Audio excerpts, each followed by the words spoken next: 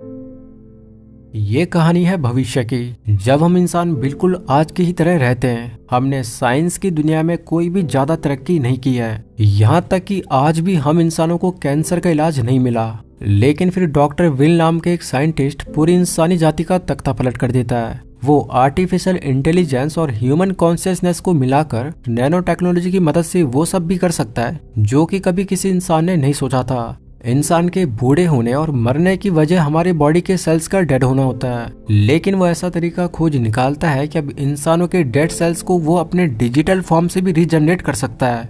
साथ ही पूरी पृथ्वी को फिर से सुनहरा हरा भरा बनाने का भी प्रयास करता है। लेकिन इंसानों की एक खासियत रही है कि जो चीज उनके समझ नहीं आती, जो चीज उनके सोच के परे होती है, तो वो उस चीज को जाने उस चीज को खतरा मानकर उसे खत्म करने पे तुल जाते हैं, जिससे इंसानी जाति हमेशा एडवांसमेंट से वंचित रह जाती है। यही सब इंटरेस्टिंग कहानी है आज की हमारी इस मूवी की।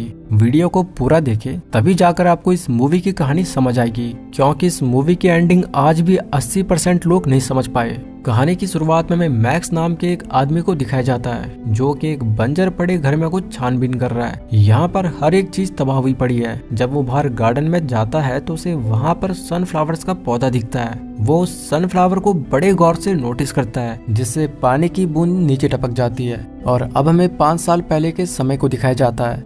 ये सीन इस मूवी का एंडिंग सीन होता है, लेकिन इसी सीन में इस मूवी का क्लाइमेक्स छिपा हुआ है। अब 5 साल पहले के समय में हमें डॉक्टर विल कार्टर और उसकी पत्नी इवेलिन कार्टर को दिखाया जाता है। ये दोनों पति पत्नी साइंटिस्ट होते हैं और इनका मकसद होता है कि ह्यूमन कॉन्शियसनेस को आर्टिफिशियल इंटेलिजेंस के साथ मर्ज करना, जो कि आज तक कोई भी नहीं कर पाया, क्योंकि हमें खुद नहीं पता कि हमारी कॉन्शियसनेस काम कैसे करती है। विल अभी अपने गार्डन के चारों ओर कॉपर फेंस को तैयार कर रहा है ताकि वो अपनी पत्नी इवेलिन के साथ बिना किसी भारी दुनिया के इंटरेक्शन के समय बिता पाए।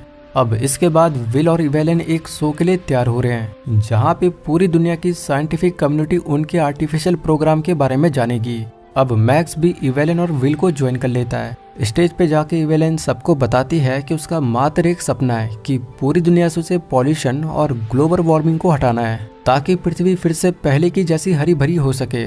और ये सब वो अपने बनाए आर्टिफिशियल इंटेलिजेंस से ही कर सकते हैं। अब इवेलिन के बाद डॉक्टर विल स्टेज में आता है और हम देखते हैं कि विल के शो में आज की दुनिया के वैज्ञानिक और बिजनेसमैन इलोन मस्क भी आया हुआ है। डॉक्टर विल बताता है कि कोई भी इंसान अपने दिमाग का आज तक 100% यूज नहीं कर पाया, लेकिन क्या हो अगर हमने ह्यूमन कॉन्शियसनेस को एआई से मर्ज कर दिया, तो फिर हम इंसान अपने दिमाग को पूरी तरह से यूज कर सकते हैं। विल यहाँ पे बताता है कि आज तक कोई भी कॉन्शियसनेस को समझ नहीं पाया कि ये कैसे काम करती है, और न ही वो यूनिवर्स को पूरी तरह समझ पाए हैं। लेकिन एआई की मदद से अब पूरे राज खुल जाएंगे।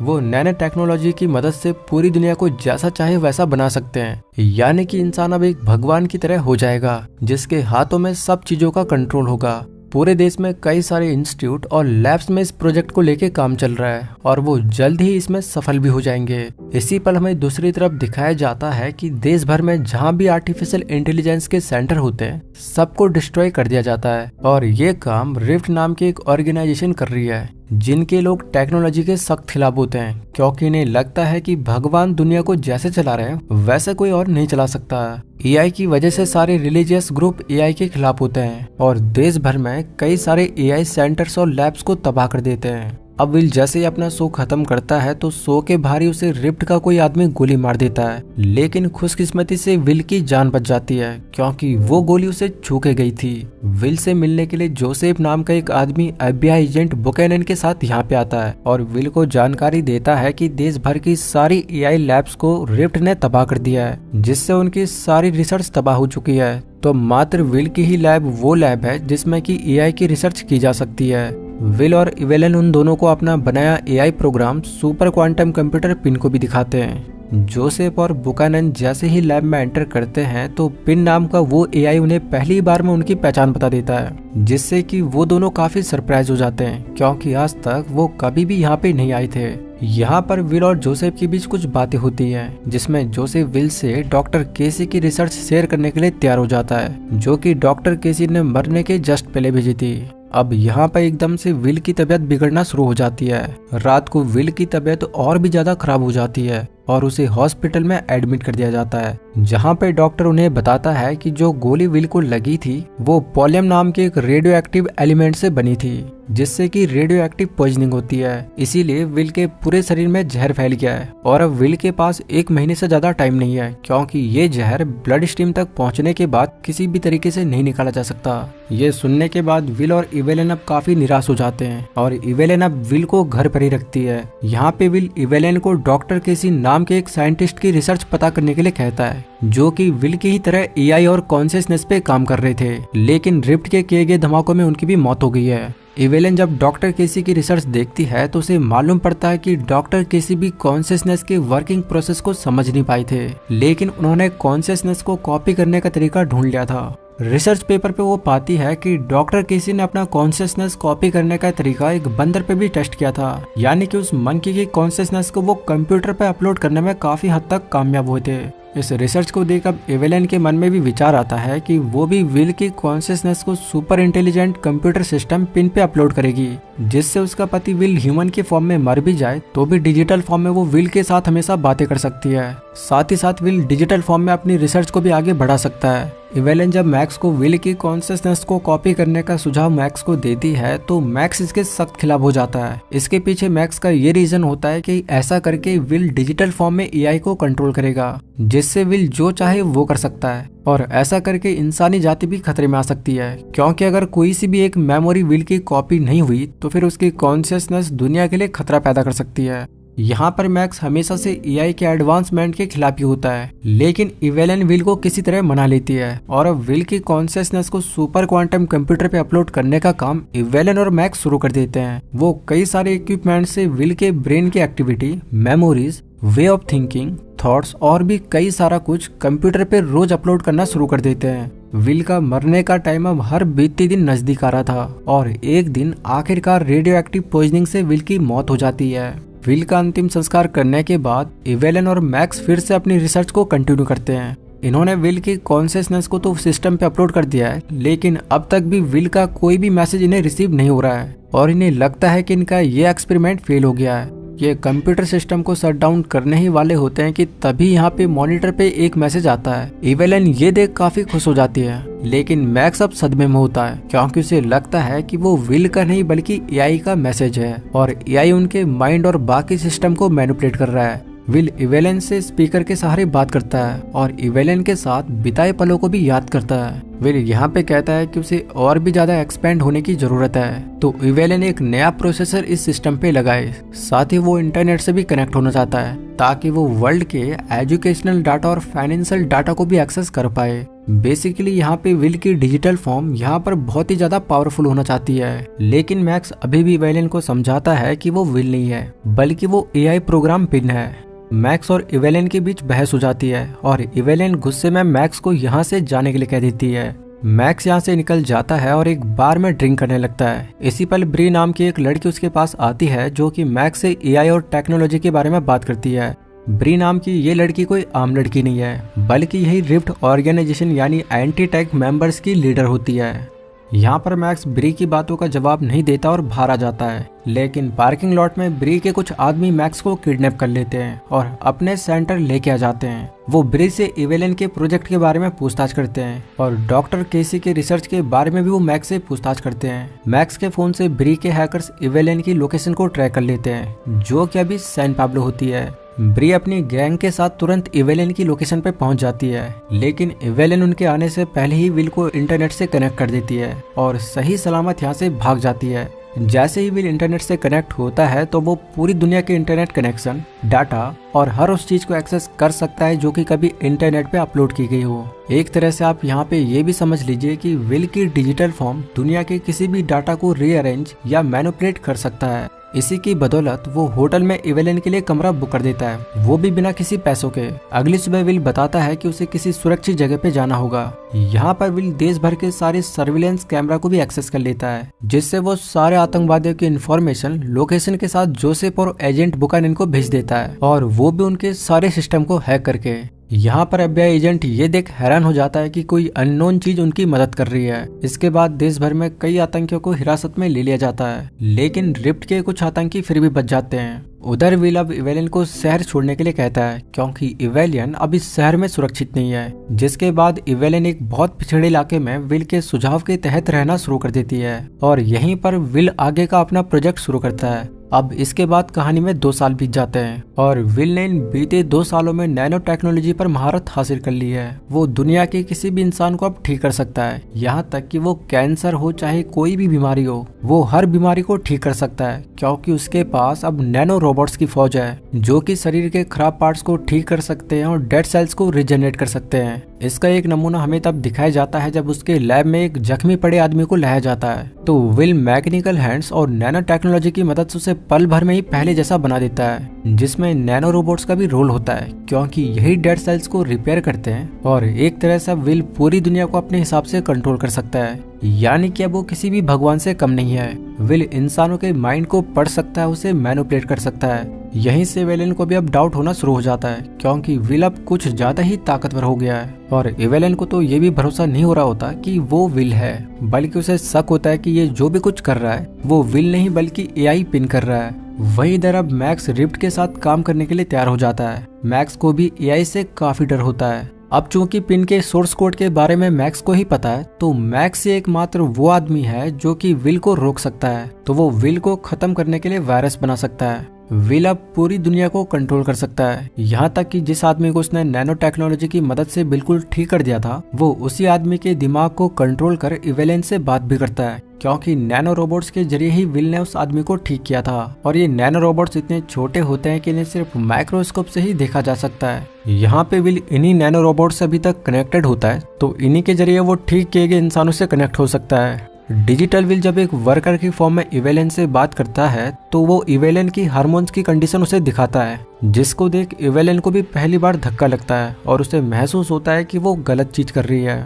वहीं इधर सारी दुनिया में एक वीडियो वायरल हो जाती है जिसमें AI की इंटेलिजेंस की कैपेबिलिटी को दिखाया गया था कि किस तरह डिजिटल विल कोई भी बीमारी या जख्म को पल भर में ठीक कर देता है। रिप्ट के हाथ भी ये वीडियो लग जाती है, जिससे अब मैक्स किसी भी तरह डिजिटल विल को खत्म करना चाहता है। विल की वीडियो जब वायरल होती है तो बहुत सारे लोग अपनी बीमारियों का इलाज कराने यहाँ पे आने लगते हैं और पल भर में विल उन्हें नैनो टेक्नोलॉजी की मदद से ठीक भी कर देता है। विल की वजह से किसी अंधे को पहली बार दुनिया दिखाई पड़ती है, तो कोई लंगड़ा अपने पैरों पे चलने के काबिल हो जाता है, कोई बहरा पहली बार आवाजें सुनता है, तो कोई गूंगा बोलने के काबिल हो जाता है। विल सबको एक तरफ से ठीक करने लगता है, लेकिन यहाँ पर जिसका भी इलाज डिजिटल विल कर रहा है, वो इंसान हमेशा के लिए विल से कनेक्ट हो जाता है, क्योंकि विल डेड सेल्स और खराब टिश्यूज को माइक्रो रोबोट्स या कहे कि माइक्रोचिप से फील करता है। इधर अब FBI एजेंट और जोसेफ भी इवेलियन की रिसर्च को देखने आते हैं। देखने क्या आते हैं, बल्कि इन्हें भी विल को अब किसी भी हाल में तबाह करना होता है। विल की डिजिटल फॉर्म को देख जोसेफ पूरी तरह हैरान हो जाता है और वो विल की लैब का निरीक्षण करता है। जाते वक्त वो इवेलियन के हाथ में एक चिट्ठी पकड़ाता है जिसमें लिखा होता है run from this place. Ripped और FBI साथ मिलकर प्लान करते हैं कि वो बिल्कुल सामने से विल की लैब पर अटैक नहीं कर सकते, क्योंकि विल कई ज्यादा ताकतवर है, तो इसके लिए वो सुरंग बनाने का काम शुरू कर देते हैं। यहाँ पर मैं एक और बात आपको बता दूं कि विल जिनका भी इलाज किया है, उनकी फिजिकल स्ट्रेंथ में भी बहुत बदलाव आ जाता है और वो एक आम इंसान की तुलना में कई भारी चीजें उठा सकते हैं, यानी कि सुपर ह्यूमन की क्वालिटीज उनके अंदर आ जाती है। इवेलियन को भी अब विल पे शक हो जाता है, क्योंकि विल अब इंसानों को कंट्रोल करने लगा है। अब इसके बाद रिप्ट और FBI एक साथ मिलकर काम करने लगते हैं और सुरंग का काम इनका पूरा भी हो जाता है। मैक्स यहाँ पे वायरस बना तो सकता है, लेकिन इसके लिए उसे ऐसे इंसान की जरूरत पड़ेगी जिसे विल ने ठीक किया हो, ताकि वो माइक्रो रोबोट से विल के सोर्स कोड को पकड़ पाए। इवेलियन जब बाहर सोलर पैनल्स एरिया में होती है, तो तभी रिप्ट और FBI के लोग यहाँ पे हमला कर देते हैं, तो वहीं विल सारे लेबर्स को यहाँ पे इवेलियन को सेव करने में लगा देता है, या कहे कि वो सारे लेबर्स के माइंड को कंट्रोल कर इवेलियन को घेर लेता है, ताकि इवेलियन को कोई नुकसान ना पहुंचे। कोई भी रास्ता न दिखने पर मैक्स इवेलियन के बगल में खड़े एक शख्स के हाथ पे शूट कर देता है, लेकिन आश्चर्यजनक तरीके से उस शख्स का घाव अपने आप ठीक हो जाता है। तो यहाँ पे मैक्स, रिप्ट और FBI के लोगों को तुरंत पता लग जाता है कि वो इनका मुकाबला नहीं कर सकते, क्योंकि विल अब सभी लेबर से कनेक्टेड है और नैनो टेक्नोलॉजी की मदद से उसने सारे लेबर्स को एडवांस बना दिया है। ये देखने के बाद ये सारे उल्टे पैर भागने लगते हैं, जिस बीच विल से कनेक्टेड लेबर इनका पीछा करते हैं और हम देखते हैं कि ये लेबर्स तो गाड़ी से भी तेज भाग रहे हैं, जिससे ये रिफ्ट और FBI के कई लोगों को मार देते हैं। मैक्स सुरंग के रास्ते वापस भागता है और उसका पीछा विल से कनेक्टेड एक लेबर करता है। आगे जाकर चतुराई से मैक्स और FBI के लोग उस विल से कनेक्टेड आदमी को कॉपर फेंस से जकड़ लेते हैं, जिससे विल का कनेक्शन उस आदमी से टूट जाता है और वो उसे ठीक नहीं कर पाता। मैक्स उस आदमी के माइक्रो रोबोट से विल के सोर्स कोड का पता लगाता है और डिजिटल विल के लिए वायरस बना देता है। किसी तरह ये इवेलन को भी किडनैप करने में कामयाब हो जाते हैं। यहाँ पे हमें दिखाया जाता है कि विल इसी बीच नैनो पार्टिकल से पूरी धरती के एयर पोल्यूशन को ठीक करने लगता है। नैनो पार्टिकल की मदद से वो बारिश भी करता है और अब पूरी दुनिया में धीरे धीरे बीमारियों का नामो निशान मिट जाएगा। मैक्स इसी के बारे में इवेलन से बात करता है कि पेन के फॉर्म में विल जिस तरह से धरती की पॉल्यूशन को ठीक कर रहा है वो बिल्कुल भी अननेचुरल है और इतिहास गवाह रहा है कि अननेचुरल चीजें इंसानों के लिए बाद में खतरा पैदा करती है, तो उन्हें किसी भी तरह विल को ऐसा करने से रोकना होगा। यहाँ पर इवेलिन भी मैक्स की बात को समझ इनका पक्ष लेती है और कहती है कि वो मैक्स के बनाए वायरस को इवेलिन की बॉडी में इंजेक्ट कर दे, ताकि जब वो विल को खुद की कॉन्शियसनेस को भी सिस्टम में अपलोड करने के लिए कहेगी तो वो वायरस भी विल के सिस्टम में अपलोड हो जाएगा, जिससे इवेलिन के साथ विल का भी अंत हो जाएगा। अब ये लोग इस वायरस को इवेलिन की बॉडी में इंजेक्ट कर देते हैं और इवेलिन अब सोलर पैनल्स के एरिया में विल से कनेक्टेड लेबर से बात करने जाती है कि तभी उसे वहाँ पर विल दिख जाता है, जिसने की नैनो टेक्नोलॉजी की मदद से यहाँ पर खुद को भी रीजनरेट कर दिया है। विल की इंसानी फॉर्म को देख इवेलिन को खुशी और सदमा भी पहुंचता है। वो विल को गले से लगाती है और विल को कहती है कि वो भी अपनी कॉन्शियसनेस को सिस्टम में अपलोड करना चाहती है। इधर FBI और रिफ्ट दूर से विल को देख रहे होते हैं और ये भी पूरी तरह शॉक में होते हैं, क्योंकि विल ने खुद को भी रीजनरेट कर दिया होता है। इन्हें बिल्कुल भी नहीं पता कि आखिर ये विल ने किया तो किया कैसे। इवेलिन विल से अपनी कॉन्शियसनेस को अपलोड करवाना चाहती है, लेकिन विल एक स्टैचू की तरह खड़ा का खड़ा रह जाता है और वो इसलिए क्योंकि वो इवेलिन की भावनाओं को समझ जाता है कि इवेलिन उसे खत्म करना चाहती है, इसीलिए वो विल को कॉन्शियसनेस अपलोड करवाने के लिए कह रही है। इधर रिफ्ट और FBI अपने प्लान को फेल होता देख हड़बड़ा जाते हैं, क्योंकि ये सोच रहे थे कि विल इवेलिन को लैब में लेकर जाएगा और इवेलिन की कॉन्शियसनेस को अपलोड करेगा, लेकिन विल तो ऐसा कुछ भी नहीं कर रहा है, जिससे रिफ्ट की टीम यहाँ पे धमाके करना शुरू कर देती है। ब्री और मैक्स भी अब लैब तक जाना चाहते हैं ताकि सारे सिस्टम और लैब को ही वो डिस्ट्रॉय कर दे। वहीं धमाके में भी इवेलिन बुरी तरह इंजर्ड हो जाती है। विल इवेलिन को अंदर लैब में लेके जाता है और वो इवेलिन को बताता है कि वो तो हमेशा उसके सपने के लिए मेहनत कर रहा था। वहीं बाहर ब्री और मैक्स की गाड़ी भी उलट जाती है और ब्री मैक्स को गन पॉइंट पे ले लेती है और वो विल को धमकी देती है कि वो वायरस को खुद में इंजेक्ट कर ले, वरना वो उसके बेस्ट फ्रेंड मैक्स को मार देगी। बेचारा विल का एक तरफ अपना प्यार इवेलिन यहाँ पे मरने की हालत में होता है, तो दूसरी तरफ उसके बेस्ट फ्रेंड मैक्स की जान भी खतरे में है। तो यहाँ पे विल इवेलिन को बताता है कि जितनी पावर उसके पास बची हुई है उससे या तो वो इवेलिन को ठीक कर सकता है या फिर वो मैक्स को बचा सकता है। विल इवेलिन को सब कुछ बता देता है कि किस तरीके से वो इवेलिन के पृथ्वी से पॉल्यूशन हटाने और पृथ्वी को हरा भरा बनाने के सपने के लिए मेहनत कर रहा था। इवेलिन को भी अब पूरी तरह विश्वास हो जाता है कि वो हमेशा से उसका पति विल था, ना कि उसका सुपर क्वांटम कंप्यूटर पिन। इवेलिन की आंखों में अब आंसू होते हैं। उसे अब सब पता लगता है कि नैनो टेक्नोलॉजी पृथ्वी के लिए एक वरदान था, जिससे कि इंसानी जाति काफी एडवांस हो जाती, लेकिन वो ये सब नहीं समझ पाई थी।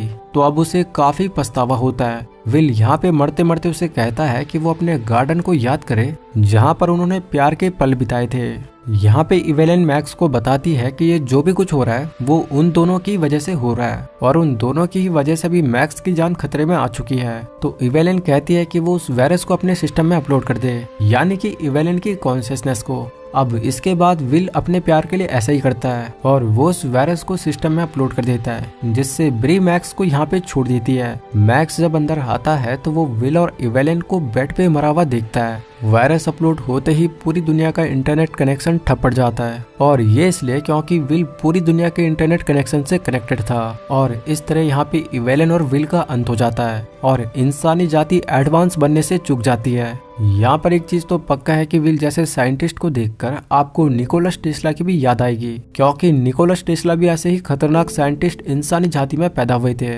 अब इसके बाद आता है मूवी का वो सीन जो कि हमें पूरी तरह सोच में डाल देता है। मूवी के आखिरी सीन में जब मैक्स विल और इवेलिन के गार्डन में जाता है तो वो वहाँ पर सनफ्लावर्स को देखता है और बड़ी गौर से वो सनफ्लावर को नोटिस करता है। तो वो पाता है कि सनफ्लावर से पानी की बूंद जब नीचे पड़ती है तो वो गंदे पानी को साफ कर देती है। ये देख मैक्स का पूरी तरीके से दिमाग घूम जाता है और उसे समझ आ जाता है कि विल के नैनो पार्टिकल्स अभी भी यहाँ पे मौजूद है जो कि ऐसा कर पा रहे हैं, लेकिन ये कैसे मुमकिन है, यही इस मूवी की गुत्थी है। तो आइए इसका जवाब भी जान लेते हैं। तो जब विल ने नैनो पार्टिकल्स की हेल्प से बारिश की होगी तो विल के नैनो पार्टिकल्स इस गार्डन में गिरे होंगे और जब विल ने उस वायरस को इंजेक्ट किया तो उसके सारे नैनो पार्टिकल्स तो डिस्ट्रॉय हो गए, लेकिन गार्डन में इस कॉपर फेंस की वजह से यहाँ पर विल के नैनो पार्टिकल्स डिस्ट्रॉय नहीं हो पाए। यही रीजन है कि विल के नैनो पार्टिकल्स अभी तक यहाँ पे मौजूद हैं।